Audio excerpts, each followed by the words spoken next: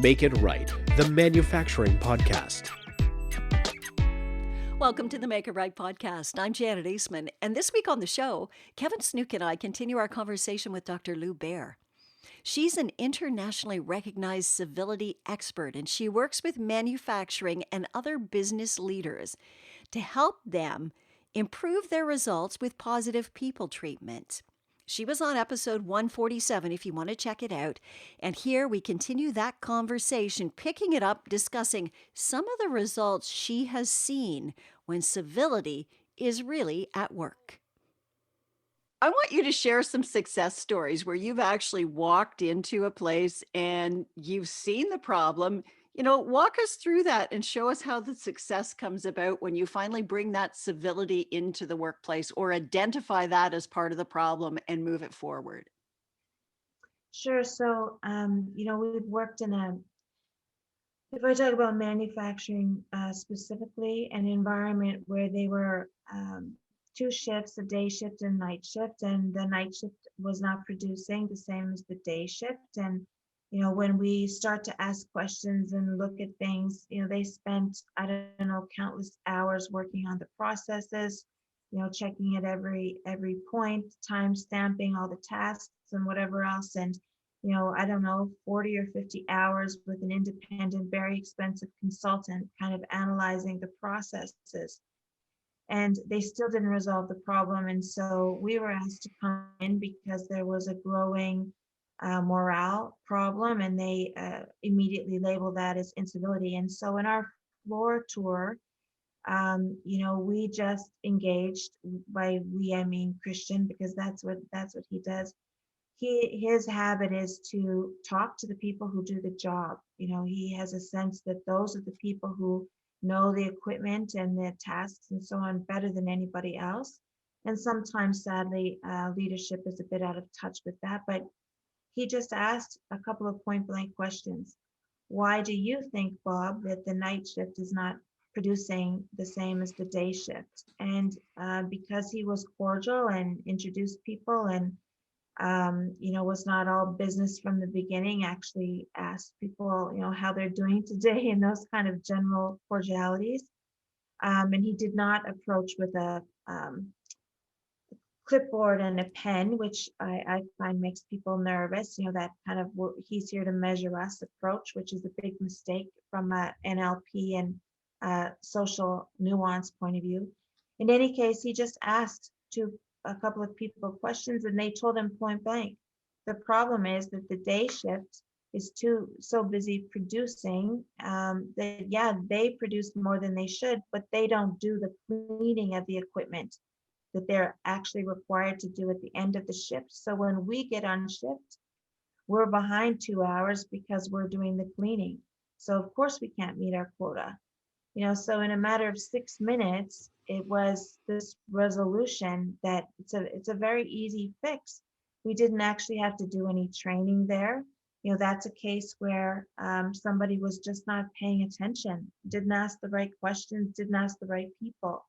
And so a civility solution is not always, really complex, although sometimes it can be. I find it's fresh eyes that makes a difference. It's this ability to be humankind and remember that there's a person doing the job. And, usually if you can build trust in that initial interaction, people will tell you what they want and what they need. My experience has been that they want to tell you what they need. It's just a matter of feeling like they're going to be heard. And so, that's one example, but, there are others. Yeah.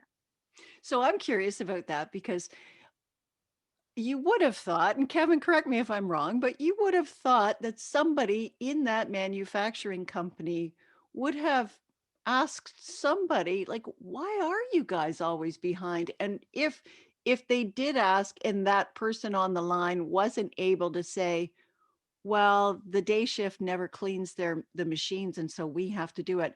Why was that question not asked before somebody who does not work for the company came in and asked that question?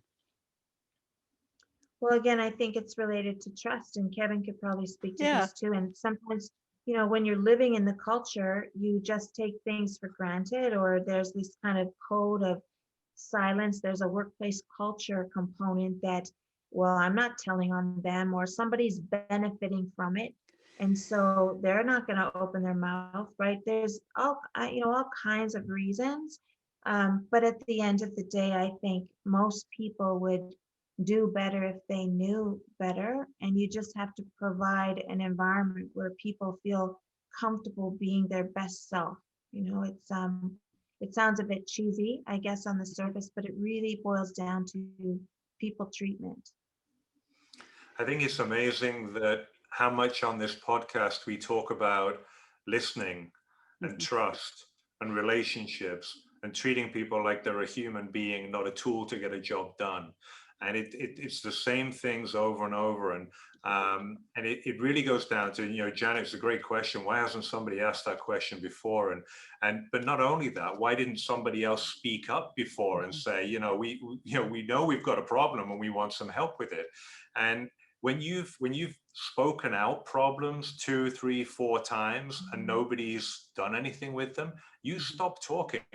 And the biggest challenge that we see in so many different manufacturing companies is that people are not talking to each other as humans anymore.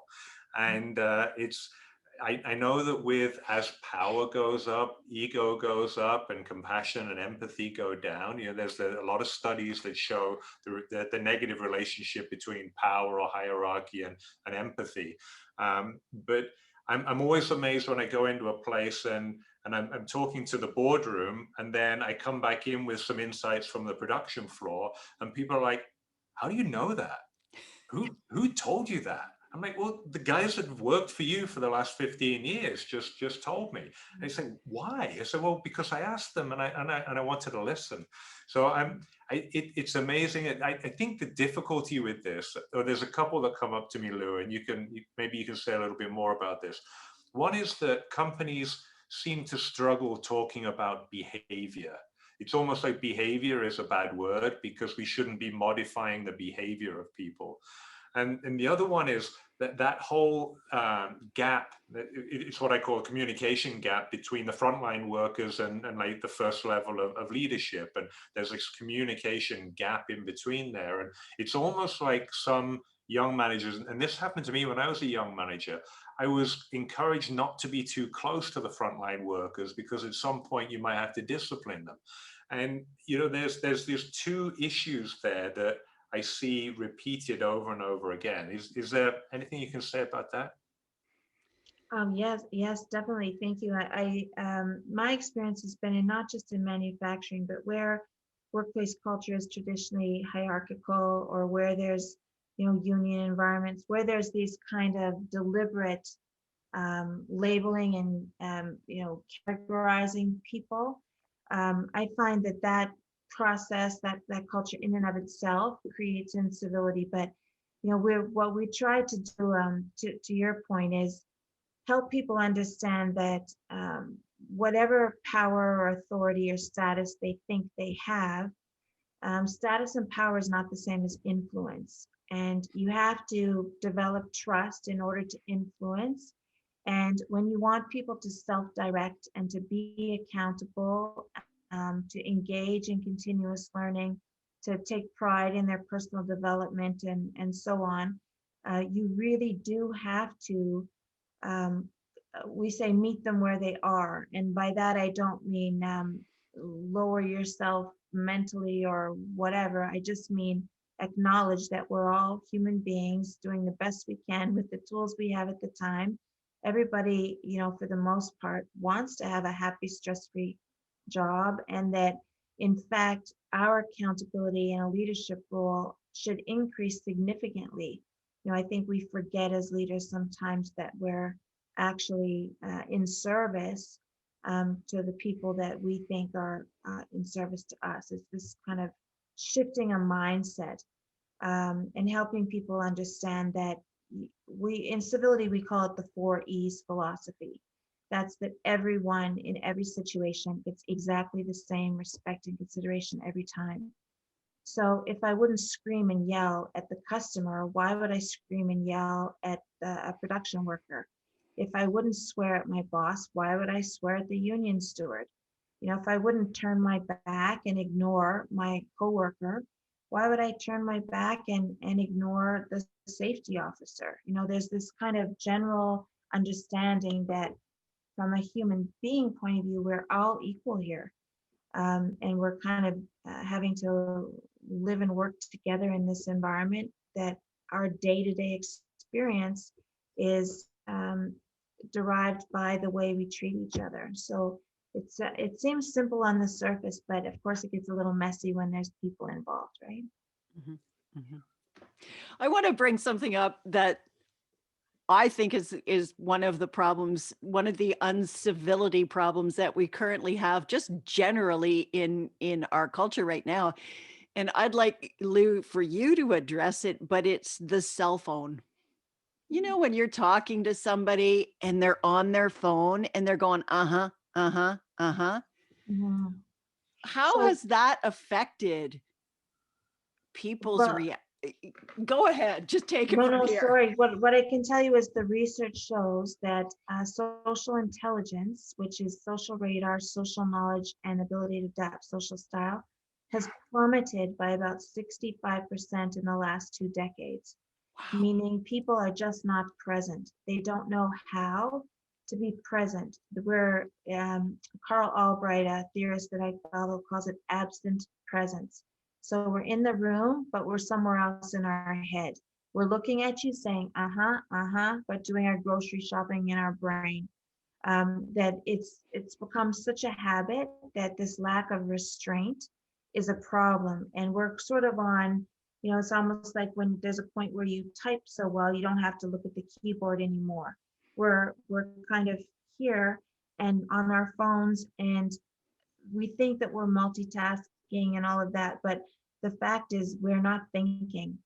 And our inability to think sort of on the fly and in a moment and to be present, that's a trust aspect too. Increasingly, if somebody says, Lou, let me put my phone down so I'm not distracted, let me shut the door, let me not even drink coffee, let me just be with you for 2 minutes. It's this incredible, some people are actually uncomfortable with that. They don't know now that direct eye contact is not offensive. They're just not used to it.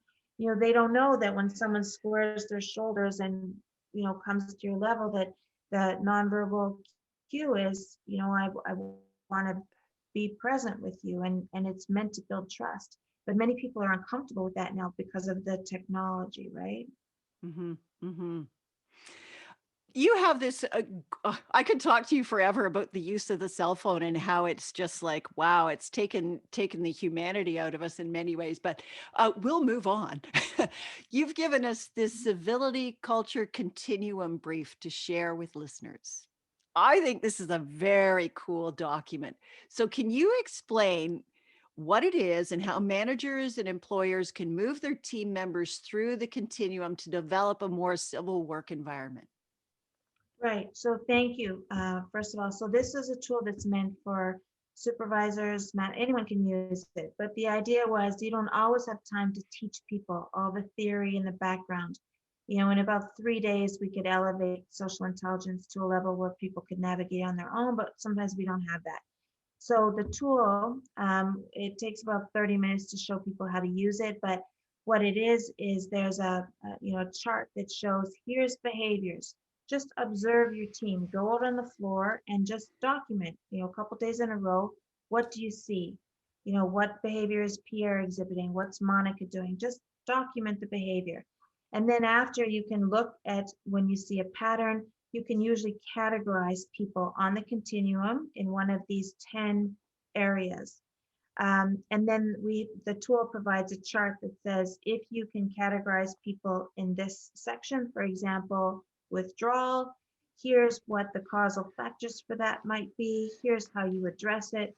If that doesn't work immediately, then here's some skills. If you decide to do some competency or skill development, here's the skill that our research shows actually can address that issue.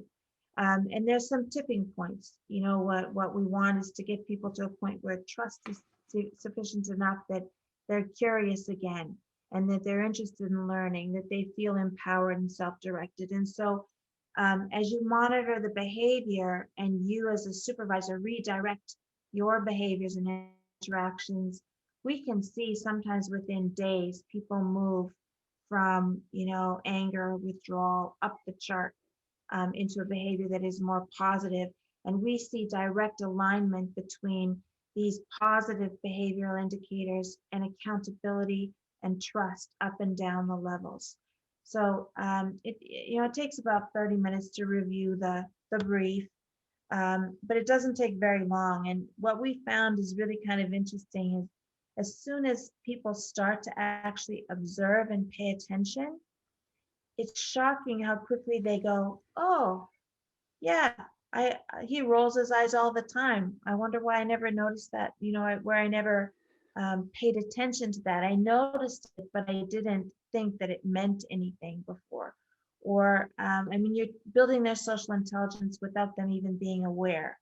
In addition, you're adding this sense of I'm valued, and somebody cares enough to actually pay attention to me and say, when a manager who has never commented before suddenly says, Lou, I noticed you're kind of favoring your right leg there.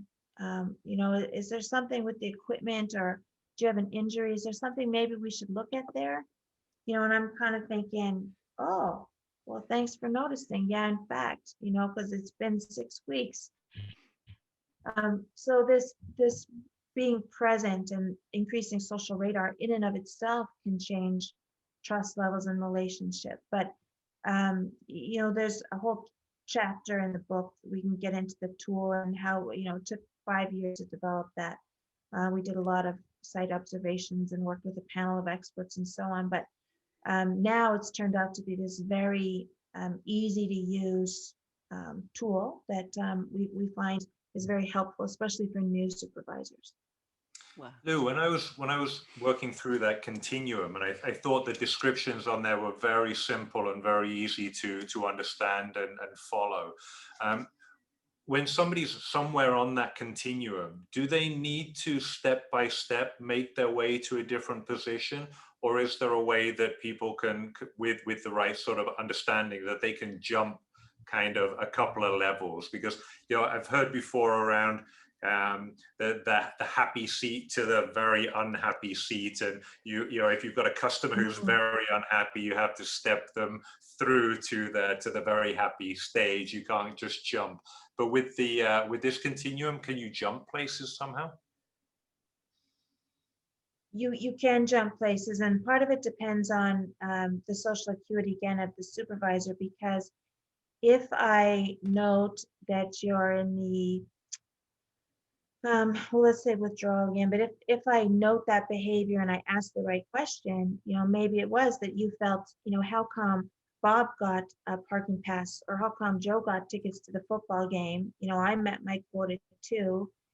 Sometimes just those kind of slights that seem very personal, some of those things related to that Maslow bottom level, we see sometimes 2 or 3 jumps, like very quick steps up on the continuum, when you can address especially things that tie to somebody's personal value, that they feel like I'm a human being and I'm not invisible. Sometimes we very quick shifts. In addition, we share the tool with the front line. So we say to them, observe your coworkers. If you work on the line with 4 other guys and 3 of them are miserable all the time, pay attention. Maybe it's something in your body language that is suggesting to them that they're, you're mad. The more knowledge people have, I think the better.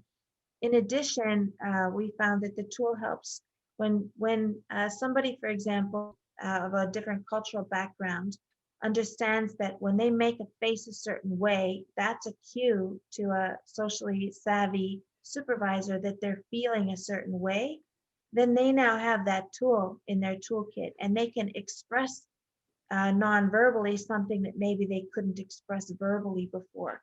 And it just opens up this whole new way of communication. We found all kinds of impact benefits that we didn't anticipate from that tool, actually.